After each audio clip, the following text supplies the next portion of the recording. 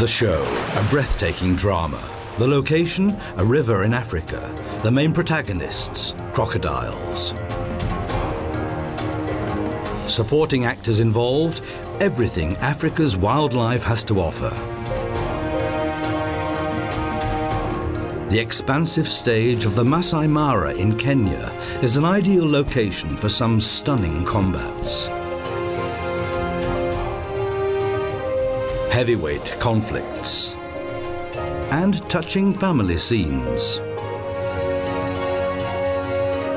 The show centers on the age-old theme of the hunted and the hunters, life and death.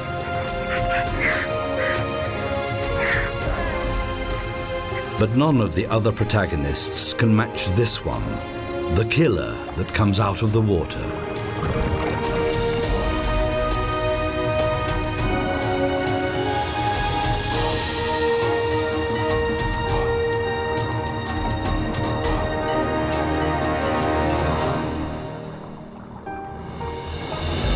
Hardly any other region in Africa is home to a greater multitude of animals than the Masai Mara. This region in the southwest of Kenya is the land of the Maasai. These are semi-nomadic pastoralists who live off their herds of cattle and are known to be excellent warriors. The Masai Mara National Park lies in the southwest of Kenya in East Africa and borders on the Serengeti in Tanzania. When the dry period begins in June in the southern Serengeti, innumerable herds of wildebeest join up to migrate over 800 kilometers to the Masai Mara, forever on the lookout for fresh pastures. During this migration, they have to cross several rivers. The greatest obstacle, and one that has to be crossed, is the Mara River. It flows from Kenya through the Masai Mara region and continues on across the border into Tanzania and the Serengeti. At first sight, it may not look particularly threatening, and it is indeed the main artery that keeps the Masai Mara alive. These heat-sensitive hippos rely completely on the river to secure their very existence in the savannah. Nowhere else does the vegetation offer such a wealth of food for the elephants. Depending on their size, these pachyderms also require from 70 to 250 litres of drinking water a day. And nowhere else can lions choose from such a well-stocked table, provided they're ready to wait a bit. The Mara River is the only river in this region that carries water all year round. Only here can the yellow-billed stork trawl the bottom of the river shallows for an endless supply of fish. Only here can the heavy-hoofed animals of the Masai Mara find drinking water in plenty. The banks are often crowded with wildlife for that very reason. That slip could have ended in tragedy. Because for many animals, the Mara River that meanders for nearly 400 kilometers through the savannah is the most hazardous river in the whole of Africa. Because of these fellows. Crocodiles spend the majority of their lives just lying around in their armored skins, doing nothing. As cold-blooded animals, they can only regulate their body temperature through their own activities. They have to enjoy extensive sunbathing sessions to enable them to carry out their sorties underwater. The webs between their toes on the rear feet help them to swim.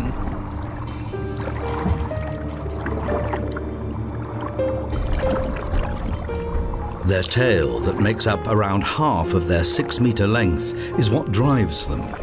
But it can only work if the animal's operating temperature has been reached. If it falls below 30 degrees, the reptile will return to land to warm up.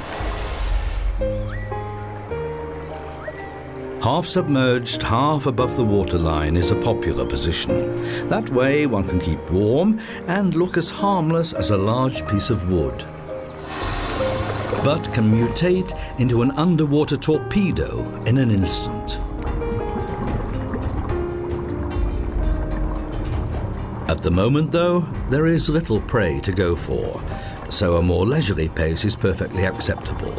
Walking along the riverbed uses less energy than those powerful flicks of the tail.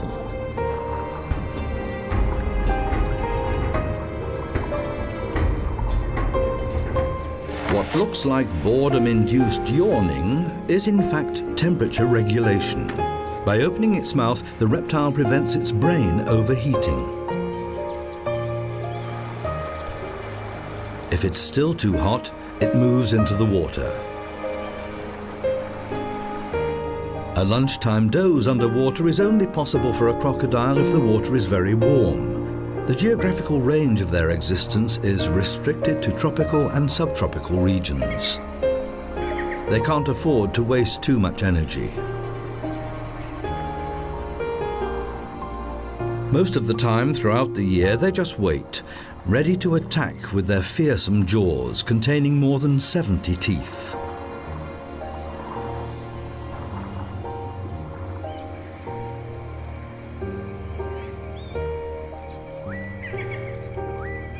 Crocodiles share their habitat with hippos.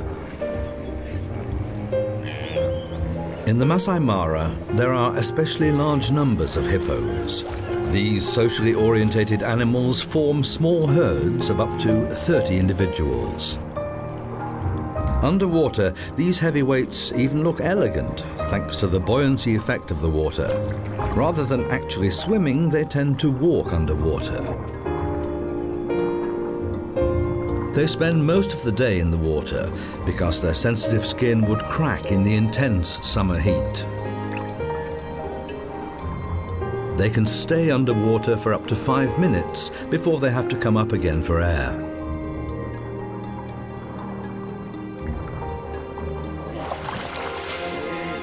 As a rule, one older bull will live together with a group of females and their young. The animals are generally related and maintain friendly contact with one another.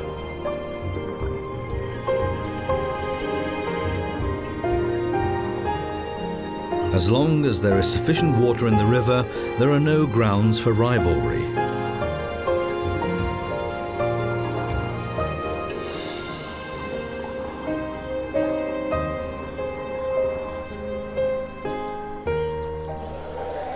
Elephants also like to congregate around the Mara River.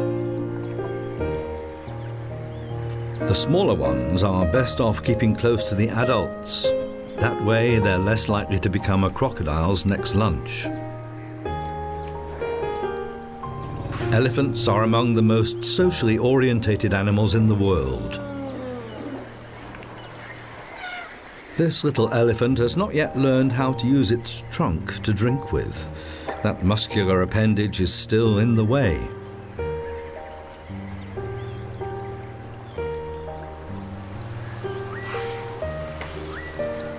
It takes a while for baby elephants to learn what useful tools their trunks are. The older adults can use their muscular trunks as a most versatile multi-tool. During mealtimes, it fulfills both the grab and the cutlery functions. This little one can't start learning a moment too soon, even if it is kept fed by its mother's milk for many months.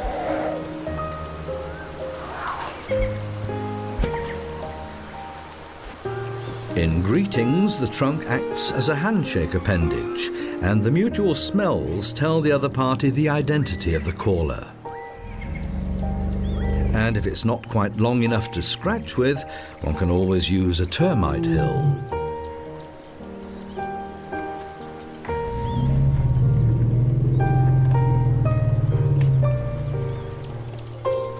This mother cheetah and her 3 almost fully grown young and 2 younger males have made their way down to the river. The brothers share the remains of the gazelle they caught.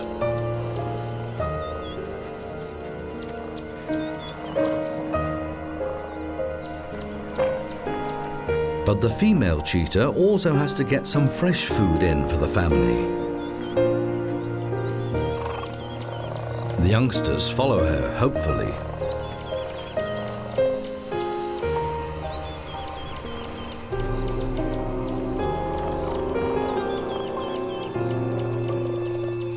brothers are so involved that they don't even notice the family.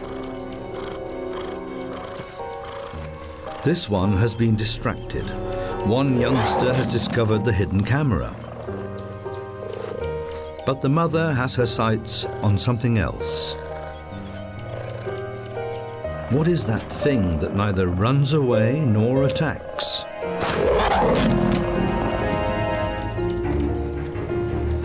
But what she has discovered does indeed run away. She begins the hunt.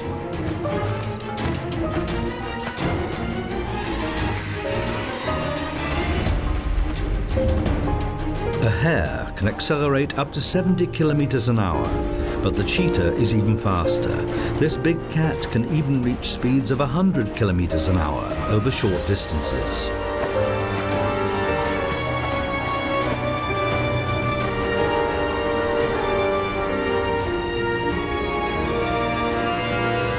Hares are famous for their zigzag running strategy, but the cheetah is nearly as smart.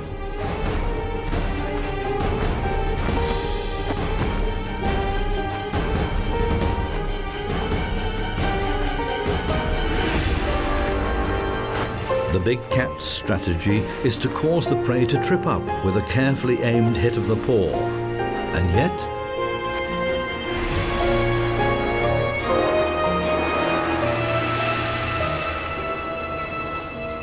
despite that particular failure, no other predator has such a high success rate as the cheetah. Half of its hunting sorties result in a catch.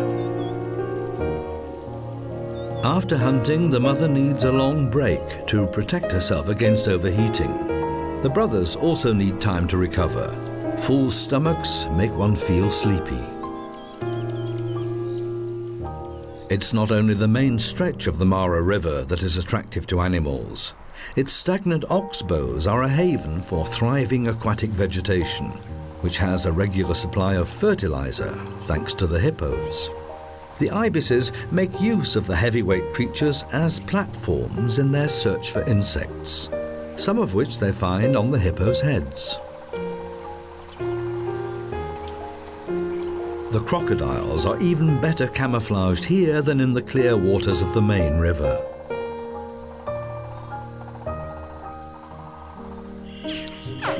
Out on an inaccessible sand spit, the next generation is making its first moves. The female will have laid the eggs here 3 months ago in a nest made of sand and vegetation residues. The brooding temperature determines the sex of the young ones. In Nile crocodiles, the young will only be male if the eggs are maintained at a temperature of 32 to 35 degrees. Above or below that temperature range, the young will be female.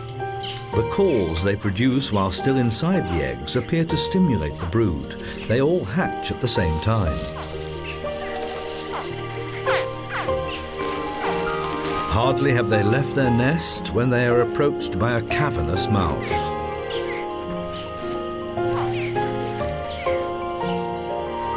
Just hatched, and their short lives already at an end? But not a single scale will be damaged. Their mother heard them calling and is transporting them safely to the water. Female crocodiles are extremely caring mothers and keep a watchful eye on their young for quite a while. Early on, these miniature lizards demonstrate their talent at surprising their prey. A fully grown giraffe may not need to worry much about a crocodile, but the act of drinking is still quite awkward. It's not only the fact that they almost have to kneel down to drink. The animal has to apply considerable muscular effort to move its head downwards. Giraffes have a powerful tendon that keeps their head and neck upright when at rest. The river and its green banks attract many giraffes. For a long time it was felt that these animals had developed their long necks simply to give them unrivaled access to the higher leaves on the trees. However, they often eat vegetation at half their height. An alternative theory suggests that the long neck was used for a completely different purpose, to give the bulls an advantage when fighting over a female.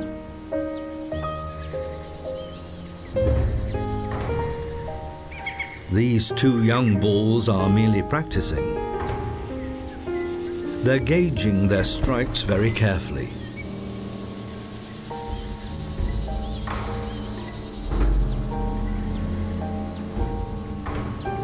They live in loosely structured bachelor groups, but later become loners.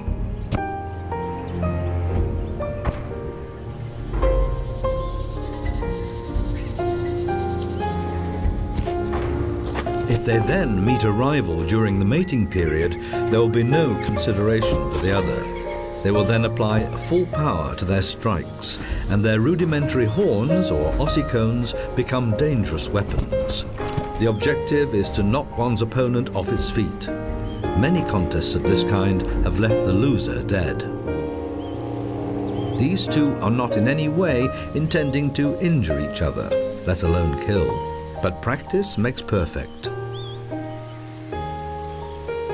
Afternoon in the Masai Mara. Not quite the ideal hunting time for the lions. This group of banded mongooses is quite safe to pass by. These diurnal animals go hunting as a group. The leader of the pack is one of the older females. Still time for a little nap before work starts in earnest in a couple of hours.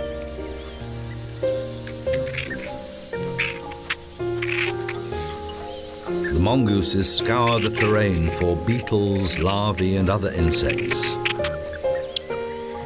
Now and again they dig down a little to unearth a particularly tasty morsel.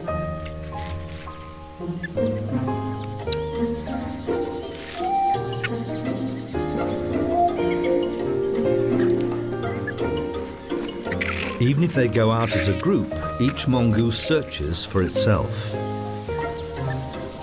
Occasionally, a mother and her young will dig together, but normally mongooses hunt individually for food.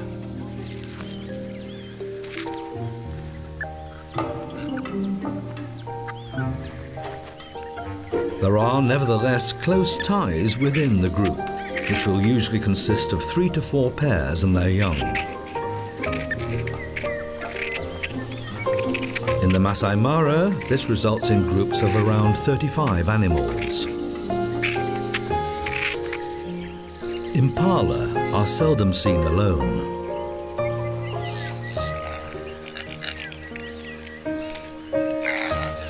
This very young male is still allowed to be in the herd. The female is presumably its mother.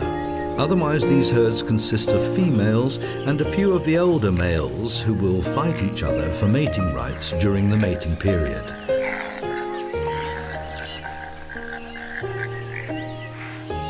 The dominant male will change from time to time at the top of the field. Outside the mating period, they graze peacefully together. In contrast to the wildebeest and zebras, impalas do not migrate outside the national park, so the lions have always got a steady source of food. That's an important point because lions, in contrast to crocodiles, can't go without fresh food for long periods, especially when they have young. They may not be babies anymore, but they're not able to hunt for themselves and rely completely on the adults. But it can take a while before they actually manage to deliver the goods.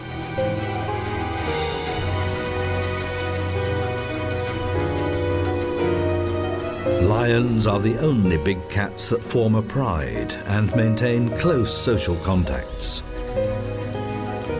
By contrast, the hippopotamus morphs every evening from socially orientated family member to lone individual, each grazing on its own. The hippos have to graze at night, unlike the diurnal zebras. Hippos would not survive extended grazing periods in the blazing sun.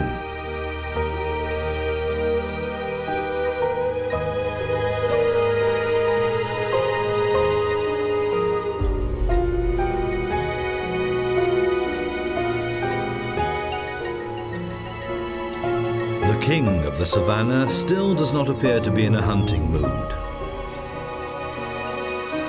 But soon he will set off on that errand.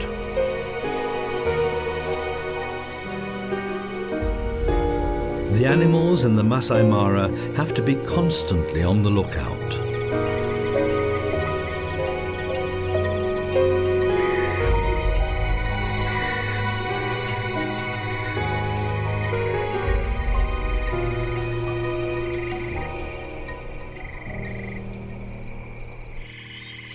The fact that hippos have skin that is so sensitive to the sun, making them nocturnal grazers, may be linked to their ancestors.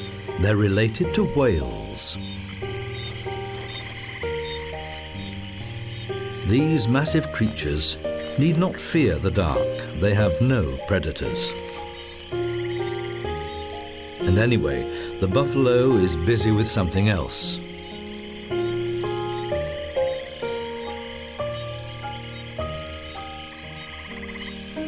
It's in particular the smaller hunters, like the mongooses, that rely on the cover of darkness.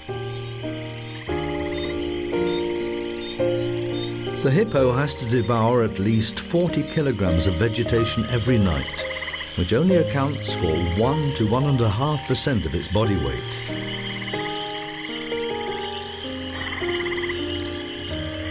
Lions and crocodiles will generally avoid each other.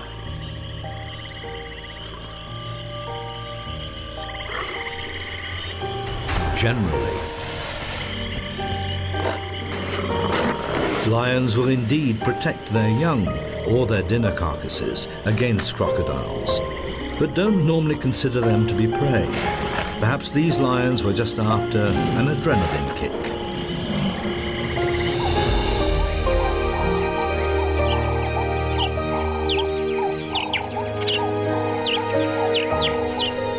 A new day dawns, and with it the start of the greatest drama of the Masai Mara.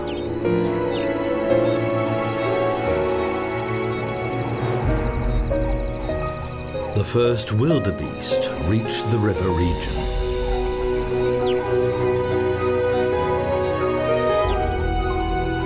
Behind them is an 800-kilometer energy-draining migration.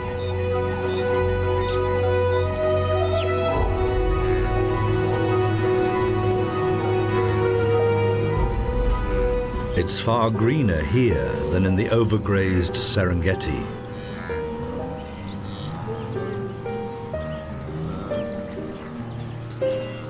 In the Masai Mara, the rain and drought periods are less extreme than in the southern Serengeti. Heavy thunderstorms keep ensuring a supply of fresh water, which benefits the green vegetation. Before the animals embark on the most difficult part of their journey, crossing the river, they enjoy a rest and take the edge off their hunger. They specialize in short grass. It replenishes itself relatively quickly, but is grazed to nothing in a short time, which is why these animals keep searching for new pastures. Their broad mouths, large incisors, and mobile lips make them the perfect lawn mowers.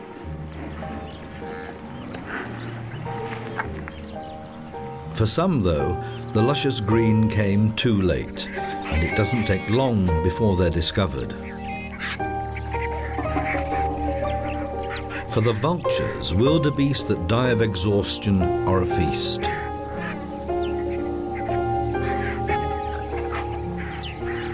Ruppel's vultures specialize in large carrion, such as wildebeest.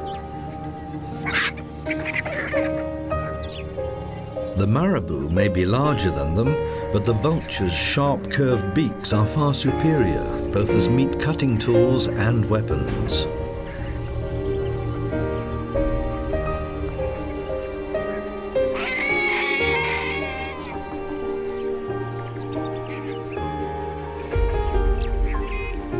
These feathered scavengers do not like sharing. Some are so involved in infighting they forget to eat.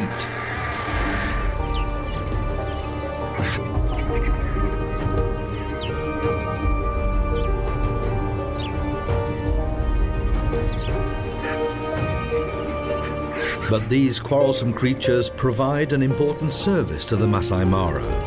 By stripping carcasses, often right down to the bare bones, they prevent the spread of epidemic diseases.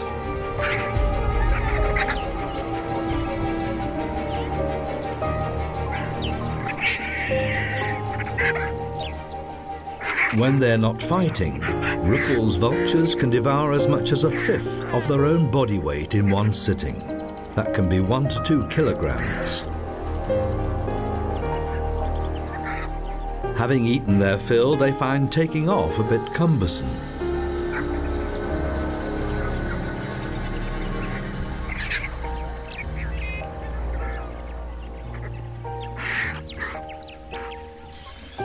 Together with the first wildebeest, we see many zebras arriving in the Masai Mara. Zebras eat the longer, tougher grass, which opens up the way for the wildebeest to get to the shorter grass that's rich in nutrients. As compensation, the enormous herds of wildebeest provide protection for the zebras against attackers. It's normally the zebras that go down to the river first. And they have been waiting for this moment. Crocodiles know from experience where the animals will cross the river. Driven by thirst, the exhausted travelers make their way to the water. As long as the crocs are moving, they will be detected in good time. The lions have also taken up their positions and have already had a successful hunt.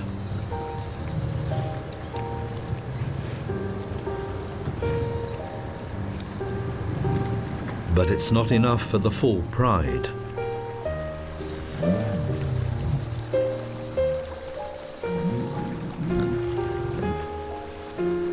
The lions know exactly which points on the river are the easiest for the zebras and wildebeest to cross.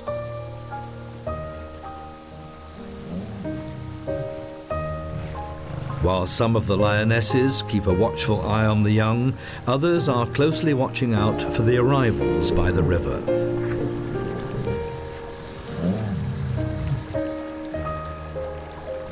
The lionesses, mostly mothers and daughters, sisters, aunts and nieces, form the hunting party.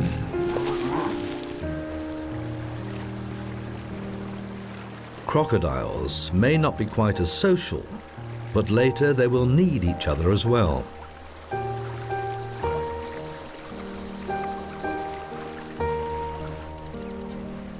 More and more wildebeest gather on the opposite bank. They're facing the greatest challenge of their long journey. The steep banks alone that line the Mara in many places are hard to overcome. But the wildebeest have no choice.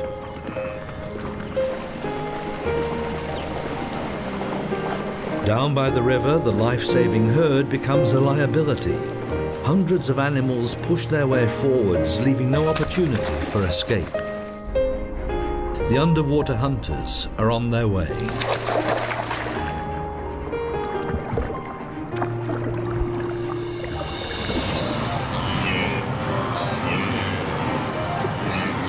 There is simply no end to this sumptuous meal. The wildebeest are well aware of the dangers, but they have to get through.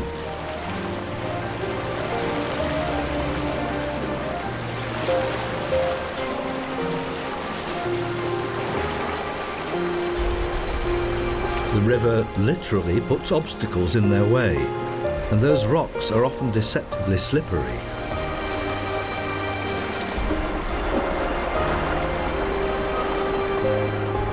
Once the first animals have dared to enter the water, there's nowhere to go but forward.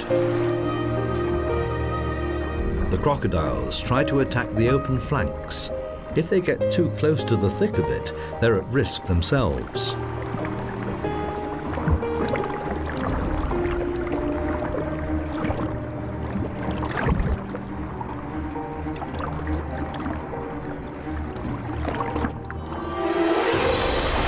Now the wildebeest have to run the gauntlet.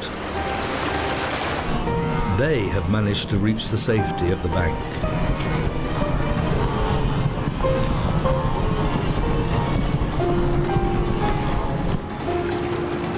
but some didn't make it. The wildebeest summon their last reserves of strength. Their ability to leap is their only chance. The safety of the individual lies in the sheer mass of the herd.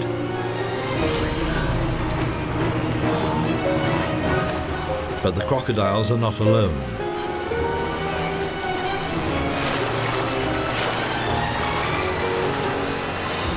Once one of them has grabbed a wildebeest, it attempts to drag it underwater.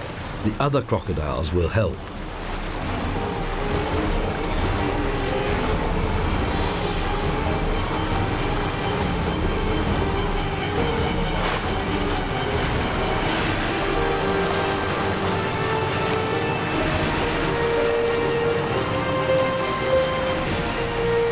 Each bite has the force of 2,000 kilos. Crocodiles are merciless opponents.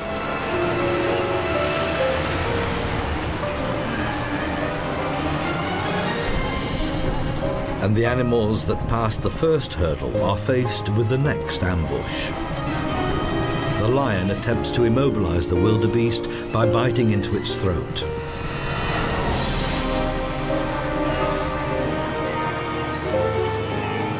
Even if they survive the river, they can still be trampled underfoot.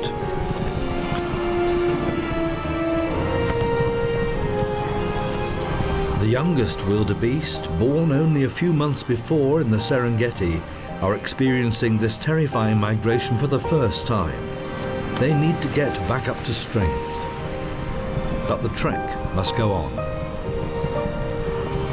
Driven on by the stressful experience, the animals quickly take control of their new terrain.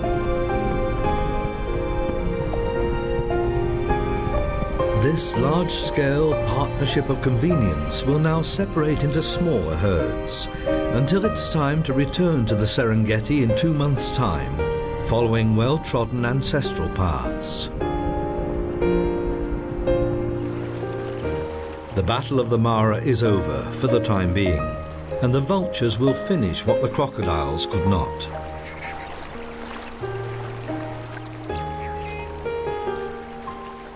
They're still living in the lap of a rare luxury. Even if a crocodile didn't manage to kill its own wildebeest, there are plenty of fallen and drowned animals floating right past their noses. After a few days, the carcasses are easier for the crocodiles to tear apart than freshly killed ones. Despite their armory of teeth, crocodiles can't bite off bits of their prey. They have to rip them to pieces by shaking them from side to side. Even though they cooperated in the hunt, they do not like sharing.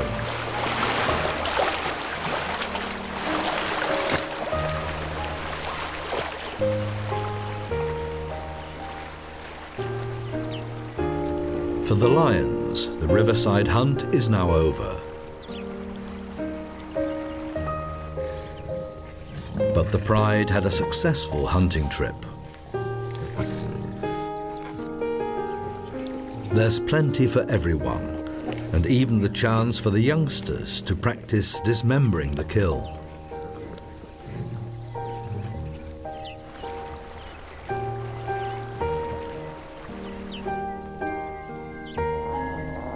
And practicing the fatal bite to the throat.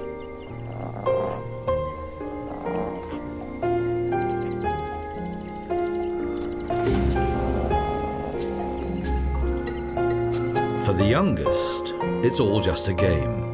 Their teeth are not yet powerful enough to tear the skin. They still need the adults for that.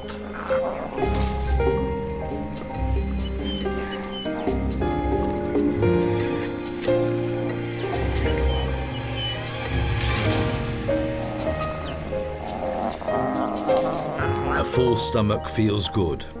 Both the adults and their young feel playful.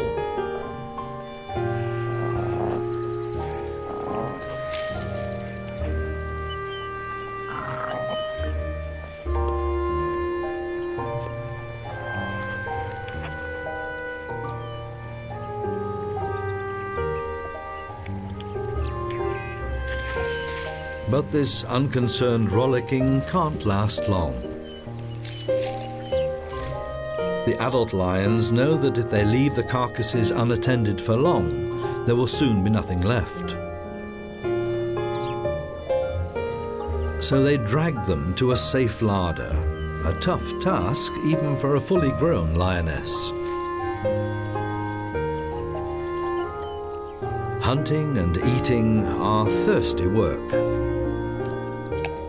Lions do not scoop up water with their tongues. The rough surface of the tongue binds the drops of water, and that causes a pillar of water to follow through the adhesive action between the water molecules.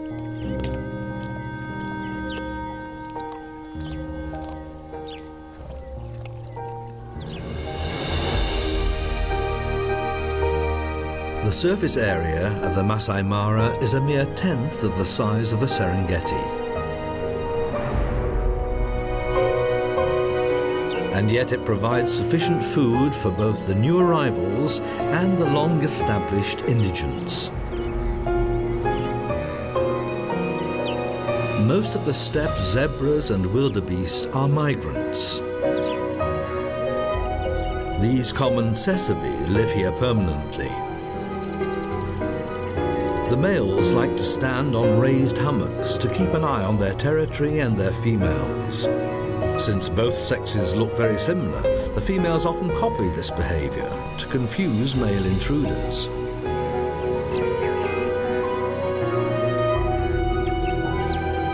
Giraffes have an even better view of the surroundings, which is why zebras like to stay close to the giraffes.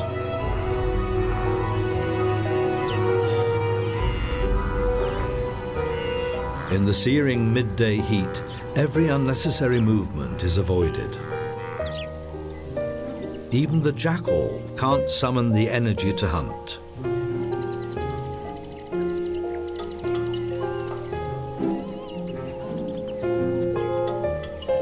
The hyenas are no different.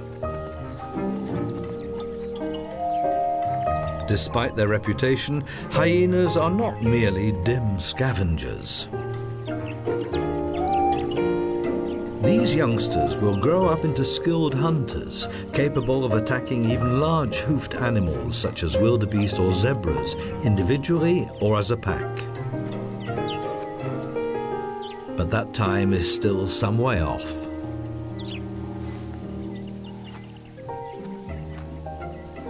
Mother hyenas suckle their young for a year, longer than most other hunters.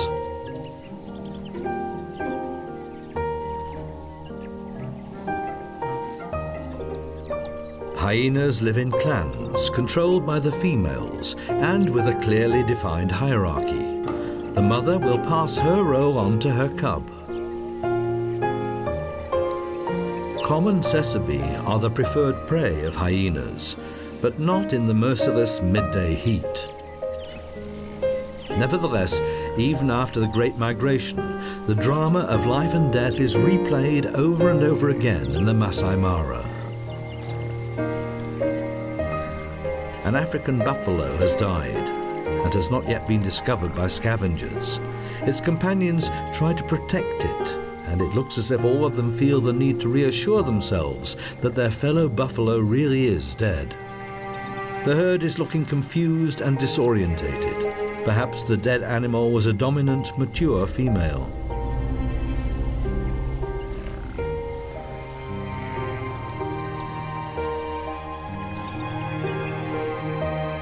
Related cows form a group with a very strict hierarchy. If a high-ranking animal dies, the herd first has to reorganize itself. The saddle-billed stork is also a carrion eater, but has to wait until others have ripped open the carcass. The young tawny eagle is much better equipped.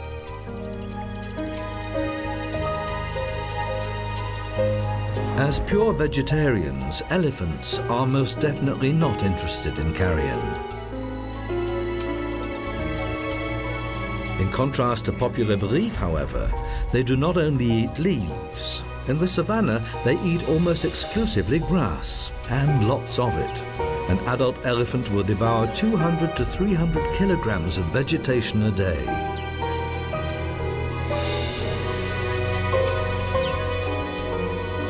They eat for as much as 17 hours a day, but this does not stop them having a little tiff.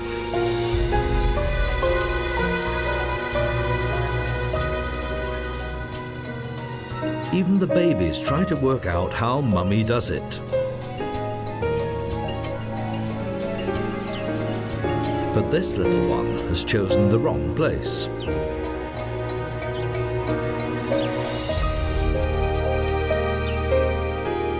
Despite gorging themselves in this way, the adolescents need a long time before they're fully grown. Not until they are 20 years old are the bulls in a position to take on other competitors. The herd is not alone. The rare hook-lipped rhinoceros is known to be one of the most dangerous animals in Africa. This herd of elephants is relatively vulnerable because of the young calves. They're not able to run away very fast.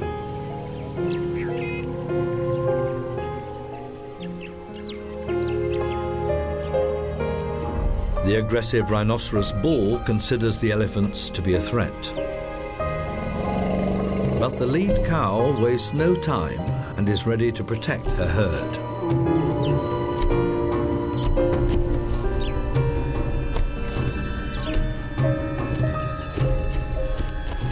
Even a rhinoceros is unlikely to take on a 3-ton heavyweight.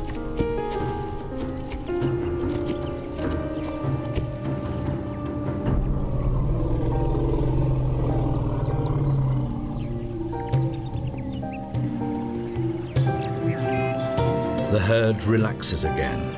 The younger ones are practicing contests for later life.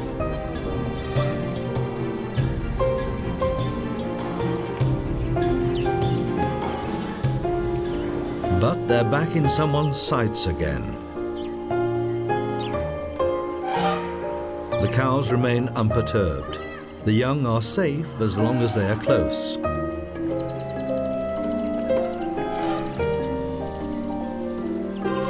As usual, working out what a useful tool the trunk is fun.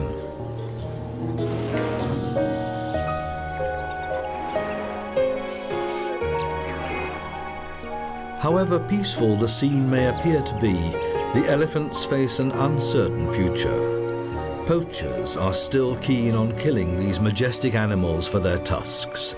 Every year, the population of African elephants drops by 8%.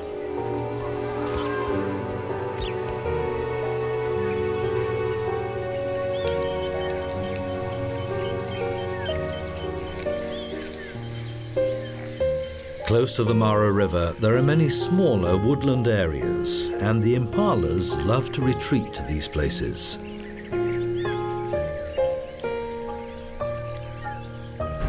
One story higher up, and the Nubis baboon keeps a watchful eye. On the ground, its fellow baboons are searching for titbits. The baboons dig in the ground for insects and roots. To be able to ride piggyback, an infant has to be at least 6 weeks old. Until then, the babies cling to their mother's furry underbelly. And once they are a year old, they have to fend for themselves.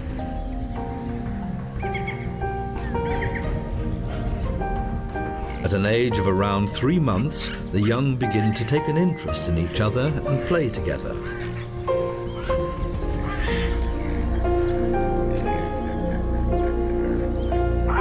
The watchman issues a warning.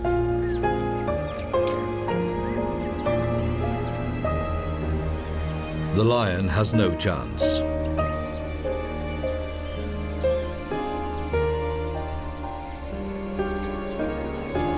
The strong males hold their posts until the danger has passed, ready at a moment's notice to attack if their harem is jeopardized. He is a far more dangerous risk for the baboons. Leopards attack from an ambush. The martial eagle has already found its prey.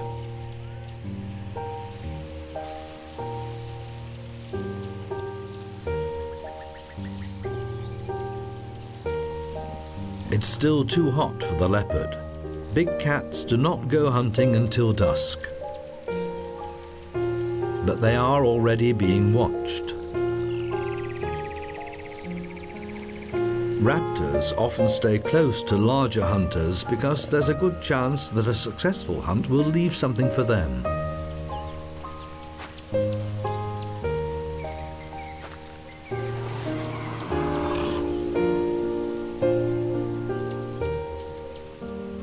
But it's looking as if they'll have to wait a bit.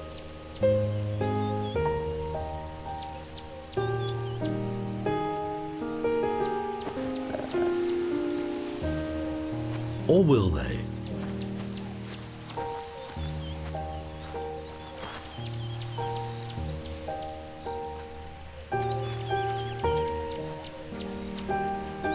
No, this leopard has a rather different aim. He uses a secretion from an anal gland to mark out his territory. The powerful smell is a clear warning to rivals. Keep your distance. The black-backed jackals did not want to wait any longer. But they're having a tough time keeping those annoying vultures at bay.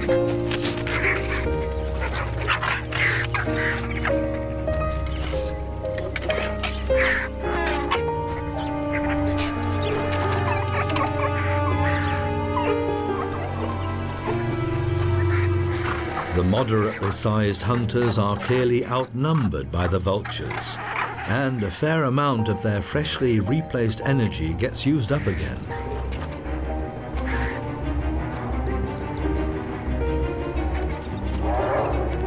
Even a successful hunt in the Masai Mara does not mean that the spoils are all one's own. Frequently, the jackals will have to relinquish their hard-won carcass to larger hunters like lions and hyenas. Jackals, leopards, lions, cheetahs, they all make sure that the life and death drama here is a continuous daily cycle. Each of them has its own way to play the game, and each produces a slightly different, often unexpected result.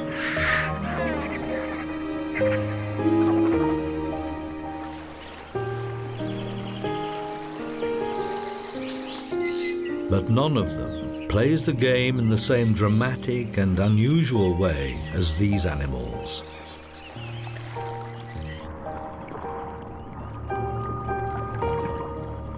They're waiting for the day when, once again, they play the leading role in the greatest drama of the Masai Mara.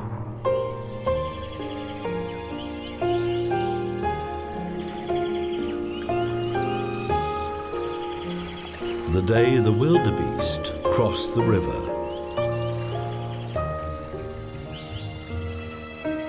Until that day, there will always be more modest roles to play.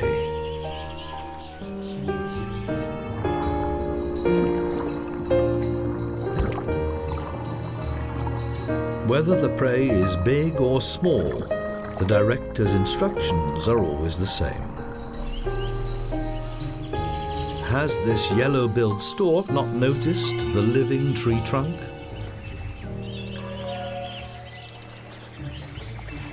Or is that tree trunk still full up from its last wildebeest supper?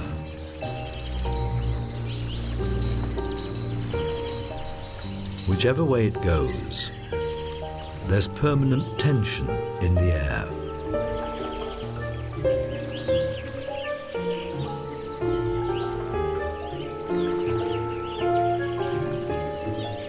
And whatever happens,